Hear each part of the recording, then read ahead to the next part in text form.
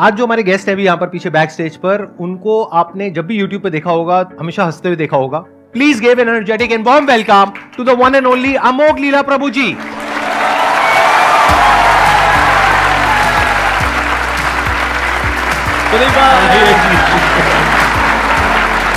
So glad to meet you. Wow, I'm seeing you in person.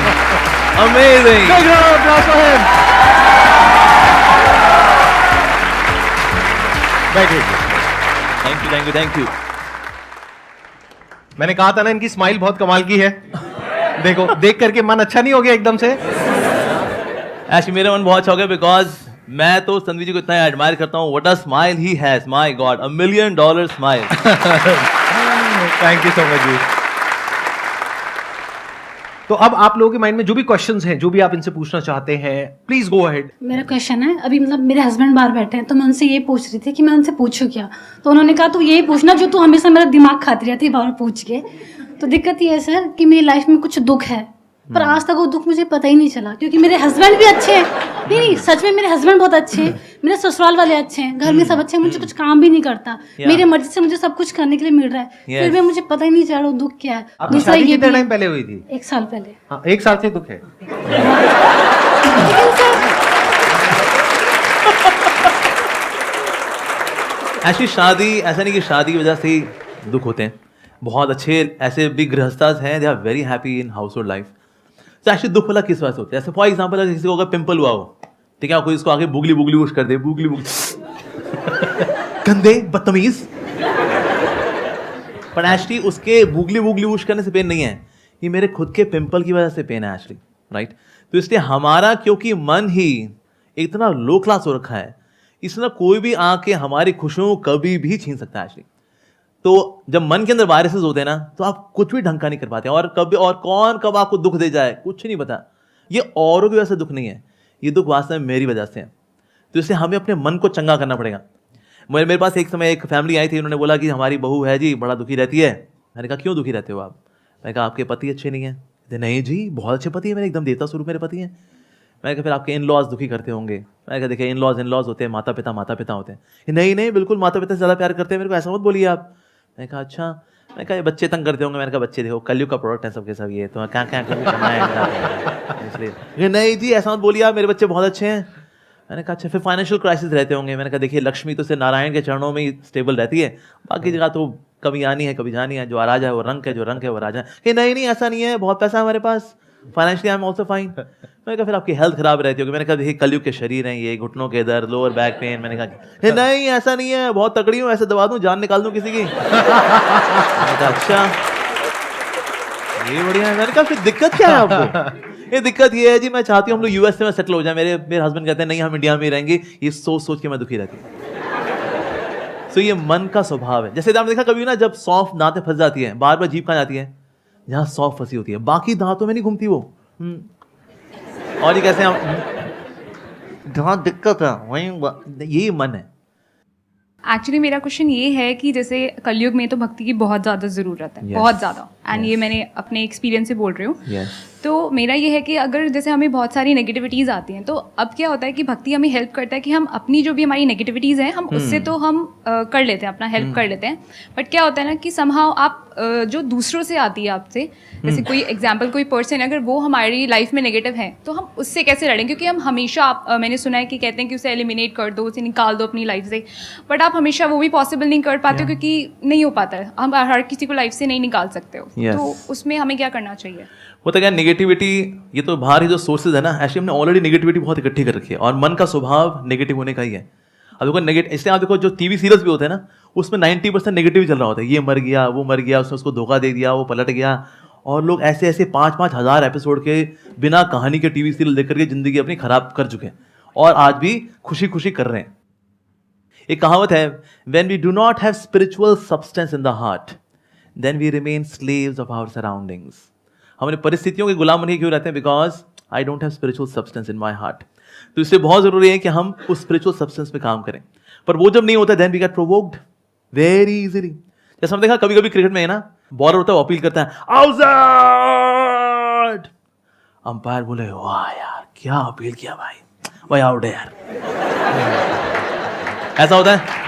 No बोले कितनी अच्छी appeal कर ले, अंपायर नॉट आउट। ऐसे होता राइट, वो ये देता है, वो भले दोबारा अपील करे, इवन देन जो अंपायर होता है वो थम करके बोलता है नो नॉट आउट। इस तरह से मन का भी अंदर से स्वभाव है जो नेगेटिविटी से भरा हुआ है, चिल्ला दे, दिखा दे इसको इसकी औकात। तो हमारे अंदर सब्सटेंस है नहीं, कहते भाई मन में एक बार गाली आई है मुंह से निकलनी तो बनती है।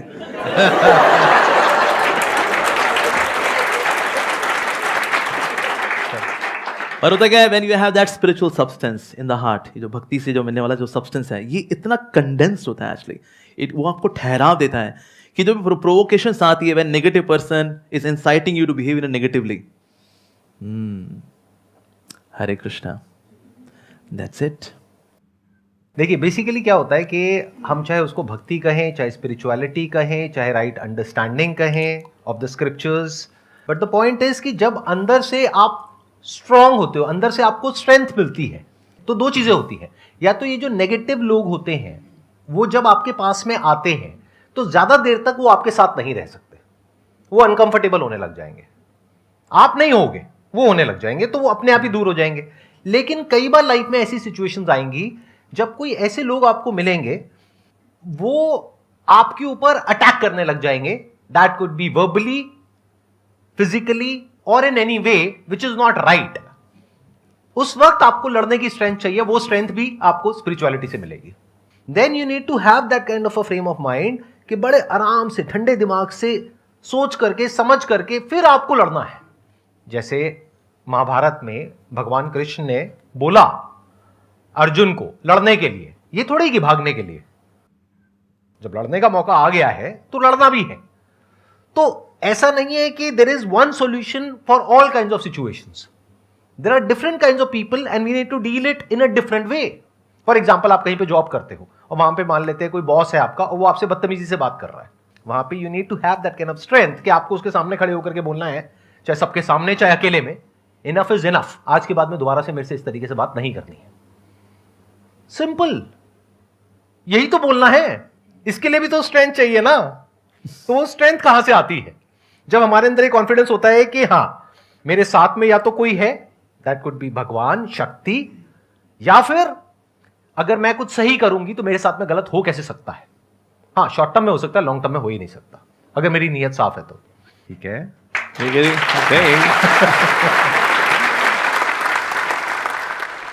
सर, क्वेश्चन पूछने से पहले मैं ये बोलना चाहूँगी कि आप और मैं सेम कॉलेज से हैं। अच्छा, KM से हैं? Yes sir, I am also from KMC। लेकिन आपने सेकंड ईयर में छोड़ा नहीं होगा, आपने पूरा किया नो होगा। सर, यस, मैं ये लाइन बोलने वाली थी, फिर मैंने कहा आप रोस्ट हो जाओगी। नहीं, मैंने खुद का रोस्ट कर दिया, मेरे को आदत है। तो सर माय क्वेश्चन इज कि स्पिरिचुअलिटी या इससे रिलेटेड जो भी चीज़ें हैं, ये मोस्टली हमें तभी याद आता है जब हम या गुस्से में होते हैं या सैड होते हैं। ये चीज़ें जब हम पार्टी कर रहे होते हैं, एंजॉय कर रहे होते हैं, तब हम नहीं सोचते कि क्या है स्पिरिचुअलिटी या हमें मेडिटेशन करना चाहिए। तो सर कैसे हम इसे अपनी लाइफ में इम्प्लीमेंट कर सकें कि या तो हम बहुत खुश हो या बहुत दुखी हो, बट एक बैलेंस रहे, और कैसे हम अपने स्पिरिचुअलिटी की जर्नी को स्टार्ट करें और उसे परस्यू करते रहें। एक्चुअली ना ये इसमें दो दोष ऐसे आप लोगों का नहीं है, दोष है मीडिया का। मीडिया ने क्या किया, स्पिरिचुअलिटी को बैकवर्ड बताया कि स्पिरिचुअल है क्या तू? अरे भाई ये सब बुढ़ापे में करते हैं यार, क्या यार ये जवानी है दीवानी, कम ऑन प्लीज।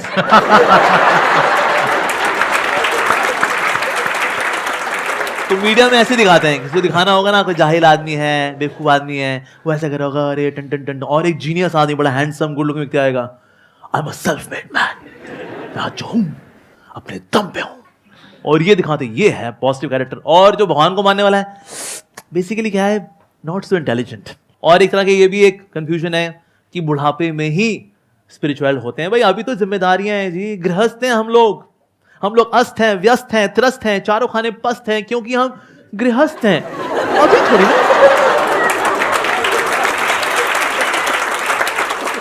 तो पहले तो हमें इस भ्रम से निकलना है that spirituality is for old age. जिन्होंने जवानी में कुछ नहीं किया होता, बुढ़ापे में भी वो ये लगे होते हैं, उसकी देवरानी, उसकी जेठानी, थोड़ा फैमिली पॉलिटिक्स, थोड़ा नेशनल पॉलिटिक्स, इसके अलावा और बाकी यहाँ पर डॉक्टर ऑर्थो कैप्सूल, इससे ज़्यादा बुजुर्ग व्यक्ति कुछ नहीं कर पाते, इसने स्पेशली जिसने यंग एज में कुछ नहीं किया हुआ। यंग एज में जो करता है वो बुढ़ापे में उसको रेलिश करता है फिर, बिकॉज मैंने 30-35-40 साल I was spiritual, so in old age you relish it. और कुछ सोचे बुढ़ापे में शुरू करेंगे, शुरू नहीं होता।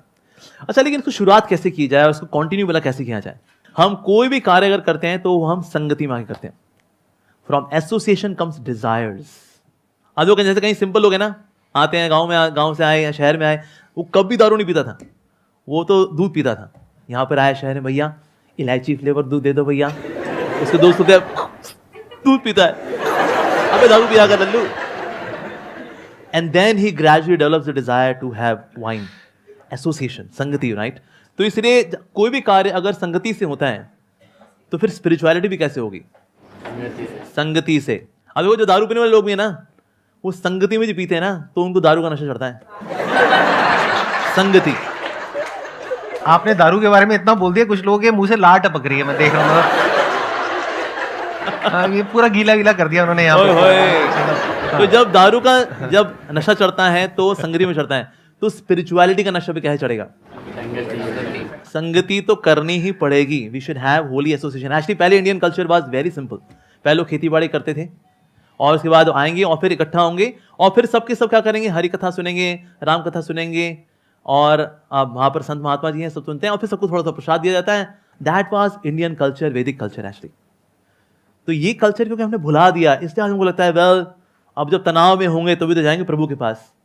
हमें हमेशा when we are always ready, then we can tackle situations of life very nicely. So prayerful attitude या spirituality should not be emergency wheel, it should be steering wheel. मान लो आपको कोई who is your near and dear, whom you love the most? Mother. ठीक है, मैंने आपकी mother को kidnap कर लिया अगर, ठीक है, और आपके घर में मैंने सीसीटीवी कैमरा लगा दिया मैंने कि क्या नाम है आपका? अंजलि। मैंने कहा अंजलि जी, आपको लगा मैं एक संत हूं, पर मैं तो डाकू था और मैंने आपकी माँ को किडनैप कर लिया है। अगर आपने रोज आधा घंटा भगवदगीता पढ़ी और आधा घंटा भगवान का नाम लिया तो आपकी माँ को कुछ नहीं होगा, लेकिन जिस दिन ये नहीं हुआ तो सोच लेना फिर। तो आपके पास कोई गप्पबाजी करने के लिए आएगा ना, कहता है अरे बाबा प्लीज जाओ, I am to do this.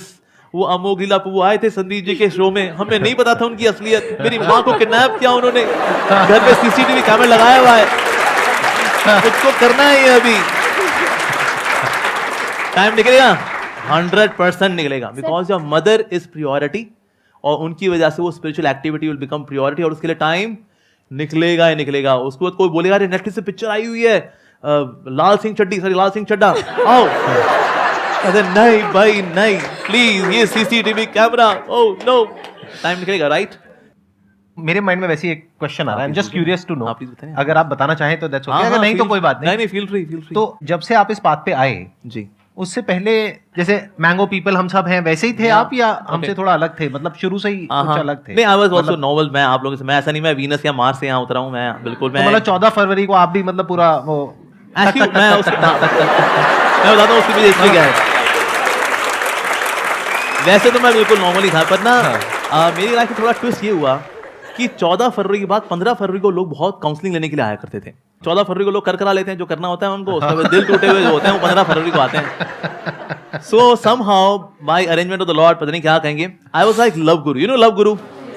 तो टूटे दिल वाले ना आते, यू नो हम जब किसी से सच्चा प्यार करते तो हमें सच्चा प्यार क्यों नहीं मिलता? और फिर मैं उनकी काउंसलिंग करूंगा, मैंने कहा इट्स ओके यार, ये सब लड़के ऐसे ही होते हैं। ये मतलब इस बात पे आने के बाद या पहले की बात? ये पहले की बात है। अच्छा, पहले ही लोग अपना स्टार्टिंग में बात मैं ये देखा करता, मैं कहा ये दुखियारी लड़के भी आते हैं, दुखियारी लड़कियां भी आती हैं, ये उनको गबड़गोची करते हैं, ये उनके साथ गबड़गोची। मैं कहा ये मामला यार ये बहुत गड़बड़ है, इसमें कोई प्यार नहीं है।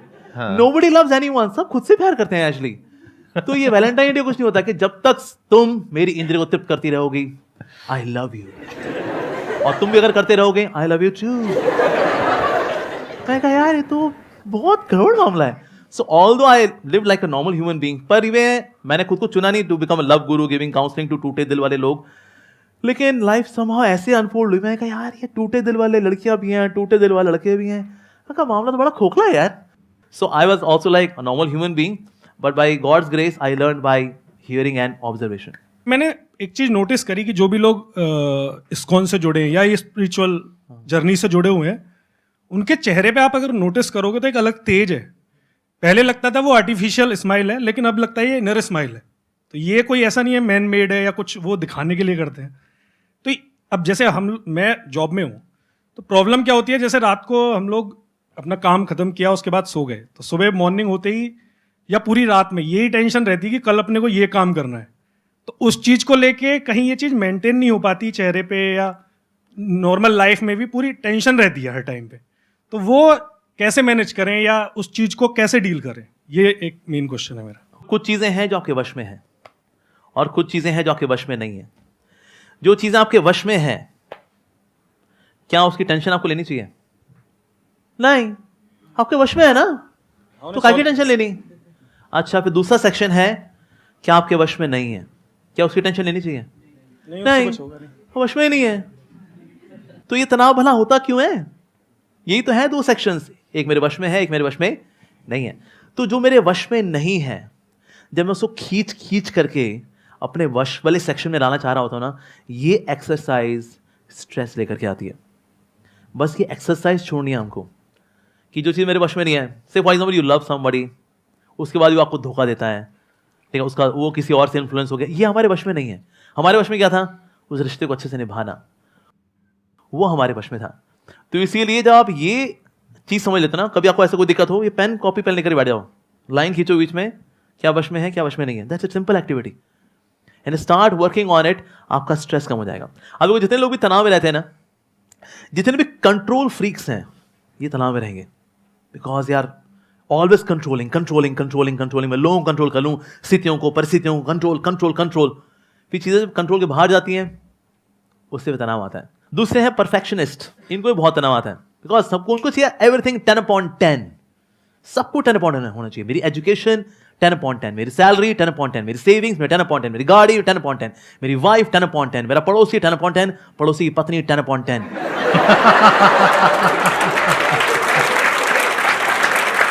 एक मिनट, मैं बीच में रोकूंगा। सब कुछ। सर, ऐसे जोक्स कहाँ से आते हैं? मतलब हम लोग ऐसी जोक्स मारे समझ आता है, बट आपके अंदर ये जोक्स आते कहाँ से हैं? ये मैं वैसे ही मैन्युफैक्चरिंग समझ डिफेक्ट है। ऑब्जर्वेशन है ना? आपके या, पास में जो लोग आते हैं अपने that's दुख true. लेकर के, तो वहां पे आप उनको ऑब्जर्व कर लेते हैं। बढ़िया, बताइए। सो ये सेकंड क्लास, इनको तनाव होता ही होता है, परफेक्शनिस्ट। तीसरे है एंजॉयमेंट मैनियाक्स, जिनको हर चीज में मजा चाहिए, जो करेंगे ना यार मजा करेंगे यार, नौकरी करूंगा ना मजा होगा, मैं शादी करूंगा ना मजा के लिए, मैं सब कुछ मजे के लिए करता हूँ, मजा मजा मजा मजा। जब मजा नहीं होता, अबे यार फूक गई हमारी जिंदगी। हर चीज मजे के लिए थोड़ी होती है। There are few things to be done out of duty. For example पढ़ना ही है, ठीक है जी, अब उसमें मजा तो नहीं आ रहा, अबे यार C++, जावा, इनको पढ़ते पढ़ते मर जावा, क्या करूं यार, ड्यूटी है। ऐसे so few things out with an out of sense of duty. तो ये तीन तरह के लोग, इनको तनाव रहेगा ही रहेगा। कौन से लोग हैं? Control freaks, perfectionist, enjoyment maniacs. जितना आप इन एटीट्यूड से अपने आप को अलग कर पाओगे ना, उतना आप बिंदास हो जाओगे।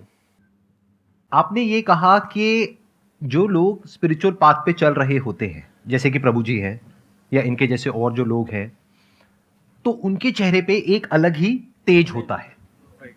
आप जो कि जॉब कर रहे हो, वहां पर वो पॉसिबल नहीं हो पाता है।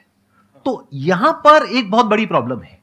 वो क्या है कि एक सिचुएशन है जिसके बारे में हमें कुछ नहीं पता है, लेकिन हमने कुछ अज्यूम कर लिया है। जैसे एक कहावत आप लोगों ने सुनी होगी, दूसरे की थाली में घी हमेशा ज्यादा लगता है। ये मत समझना कि हमारी लाइफ में कोई प्रॉब्लम नहीं है या किसी की भी लाइफ में कोई प्रॉब्लम नहीं है। सबकी लाइफ में अपनी अपनी प्रॉब्लम्स होती हैं, अलग अलग तरीके की होती हैं। तो गड़बड़ क्या हो रही है, आप अभी जो हो, आपको लग रहा है वहां पर कुछ इश्यू है। क्यों? क्योंकि आपको इन कंपैरिजन आपको ये लग रहा है कि हमारी लाइफ में कुछ बेटर है। That could B me, that could be him, that could B anybody else. मैं आपको सच बता रहा हूं, सच, कि अगर आपको कुछ दिन के लिए इस बॉडी में से निकाल दिया जाए और इस बॉडी में रख दिया जाए, मैं इनकी बात नहीं करता, अपनी बात करता हूं, इस बॉडी में रख दिया जाए, आप 2 दिन में परेशान हो जाओगे। मतलब मेरी लाइफ इतनी गंदी नहीं है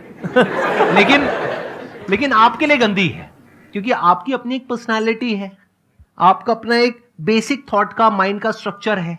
तो आपके लिए आपकी लाइफ बिल्कुल परफेक्ट है। जैसे बोलते हैं ना, कोई पौधा जहां पर हो रहा है तो वो प्रकृति के अकॉर्डिंग जहां पर भी है वो परफेक्ट है। अब वो पौधा अगर किसी और के जैसा बनना चाहता है तो दूर से देखने में बड़ा अच्छा लग सकता है, लेकिन जब वो वहां जाएगा एक्चुअल में, तब उसको समझ आएगा। तो कभी भी ऐसी इल्यूजन्स अपने अंदर मत पालो। लाइफ में अगर सुखी रहना है तो मैं आपको बिल्कुल रूट लेवल पे बता रहा हूं। हम सबके अंदर कुछ इल्यूजन्स हैं, हम सबके अंदर माइंड में कुछ आइडल्स हैं कि अरे वो है, वो है, वो है, वो है, वो है, उसकी लाइफ तो बहुत बढ़िया है, वो तो अंदर से बहुत ऐसा है, वो तो ऐसा है, वो तो वैसा है, वो तो अरे मैं तो ऐसा हूं, मैं तो वैसा हूं। ना भैया ना, ऐसा कुछ नहीं है। इस गलतफहमी से बाहर आ जाओ जितनी जल्दी आ सकते हो। आप जो हो, जैसे हो, परफेक्ट हो। अच्छा, मैं आपसे एक सवाल पूछता हूं, सिंपल सा। आज आपकी एज कितनी है? 29। 29। आई एम अज्यूमिंग कि अच्छी खासी आपकी सैलरी होगी। हाँ, डिसेंट है सर। डिसेंट है। तो जब आप 17-18 साल के थे, क्या आपने सोचा था कि आज आप इस लेवल पे होंगे?